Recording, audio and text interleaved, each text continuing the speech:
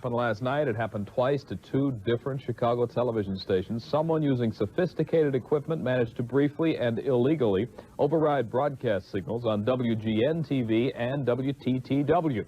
Jack Connolly reports now that both incidents are under investigation. Even in a medium that is no stranger to bizarre moments, these were truly bizarre. Starting first on WGN-TV at 9:14 Sunday night during a sportscast. 12 quarters finally did.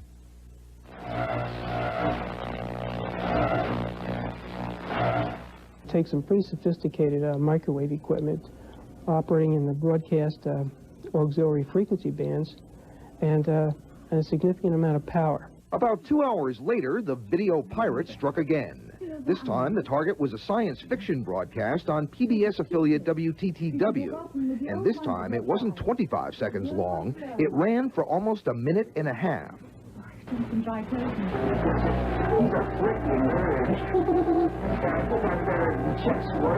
By this time, the pirate had managed to insert audio as well, along with a display of a marital aid and a portion of his or her anatomy.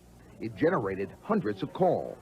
Really kind of expressing sympathy over the fact that our signal would be interfered with in this way and that it would inconvenience so many thousands of our viewers.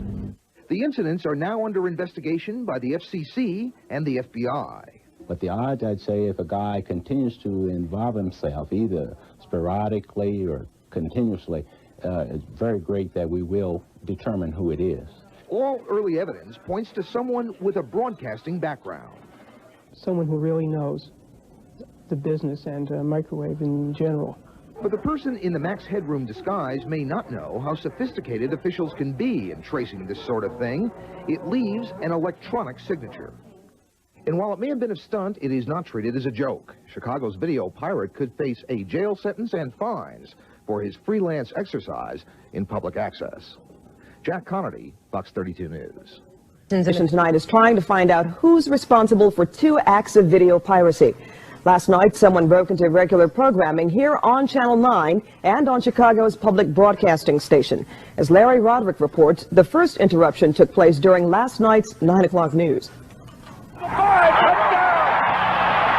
Sports anchor Dan Rowan had just started his Sunday night Bears report when the screen suddenly went black, then came back on with a new unruly presence, a man wearing a Max Headroom mask.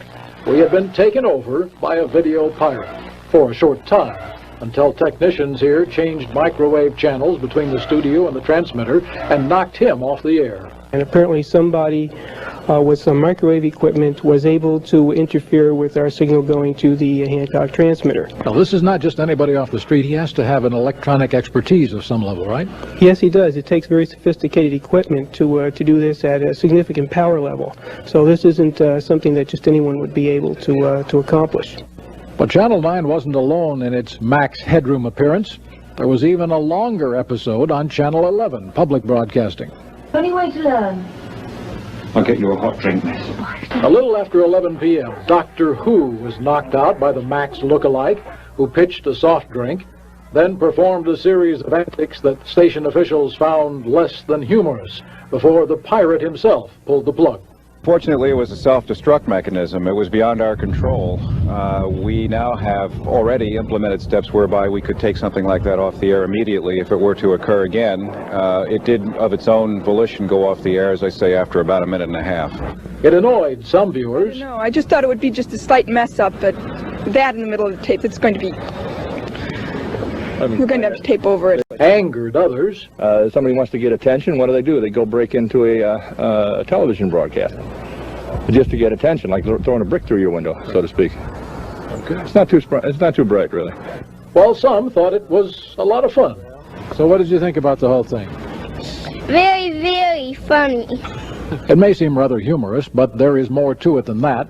For when this person is caught, he or she will face both civil and criminal penalties.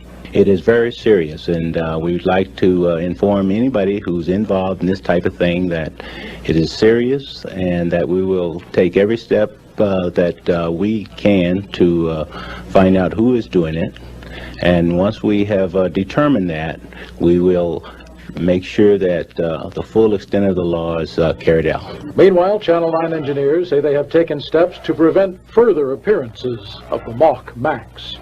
This is Larry Roderick, WGN News. Well, the FCC says last night's piracy was the first of its kind.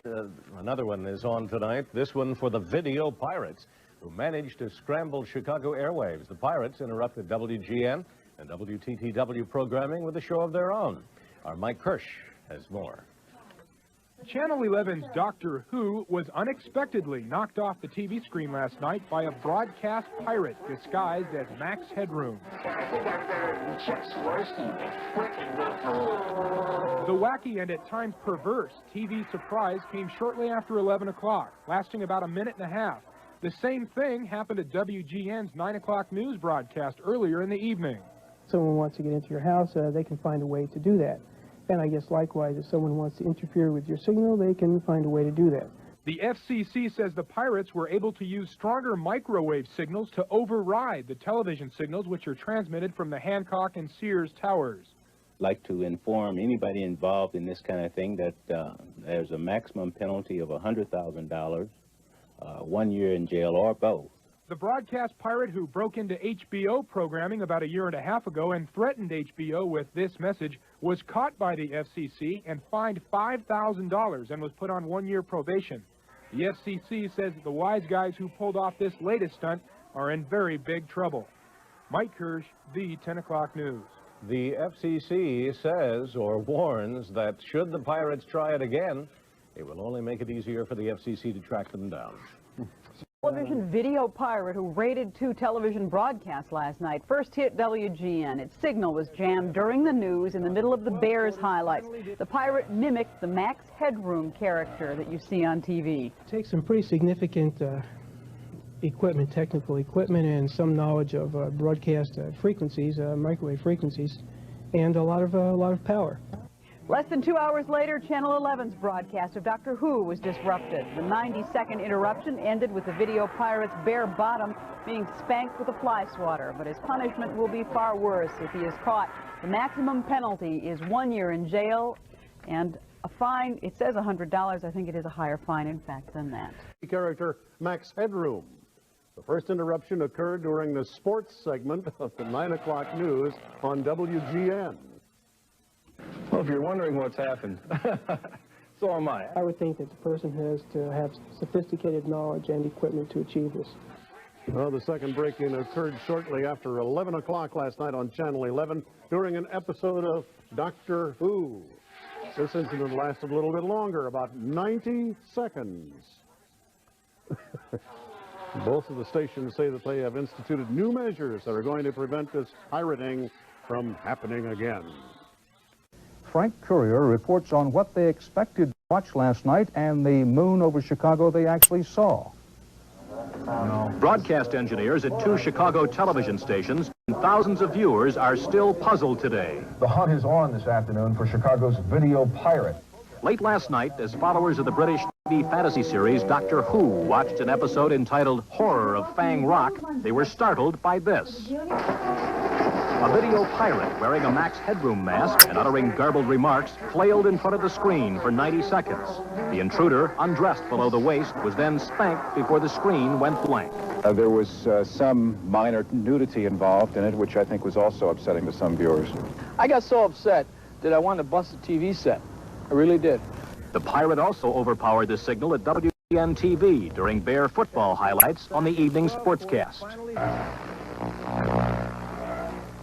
Well, if you're wondering what happened, so am I. Chicago TV stations transmit from atop 2 of the world's tallest buildings. Engineers say the prankster employed sophisticated microwave equipment to override the signals beamed from the station studios to the main antennas. It takes a significant amount of power levels to achieve this kind of an interference. FCC engineers hope to catch and prosecute the pirate the way they did a year and a half ago when a video bandit calling himself Captain Midnight interrupted an HBO satellite movie transmission from Long Island. There's a maximum penalty of $100,000, 1 year in jail, or both, depending on whether this thing continues or not. In a defense strategy, broadcasters here are employing new backup studio transmitter links, determined that this first-ever intrusion on Chicago TV screens will also be the last. Frank Courier, CBS News, Chicago.